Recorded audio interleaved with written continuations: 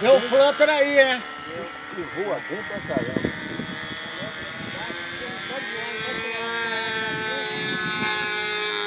Pera aí, vai mais devagar, rapaz. Só foi parar o estacionamento ali.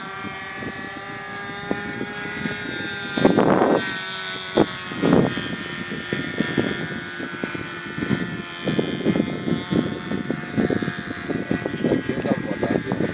Não dá mesmo, pô. Você fica na frente, pode ter a mão. Aquele pode piada pra cá? Nada. Eu não mexe uma coisa aqui. Eu vou conversar com o Marco lá, ver se ele pega essa pista aí depois. Conhece o gerente aí, Marcos? Conheço. Então, pô, dá uma força. Outra coisa que você podia falar com ele? Pelo menos se ele arrumar uns 100 reais de pista, dá.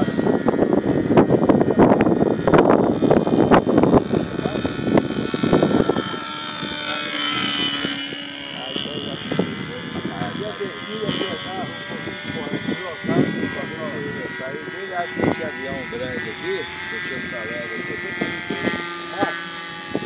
tem uma rajada de vento lá num pouso aí.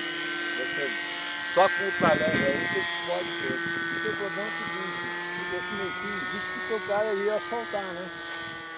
É.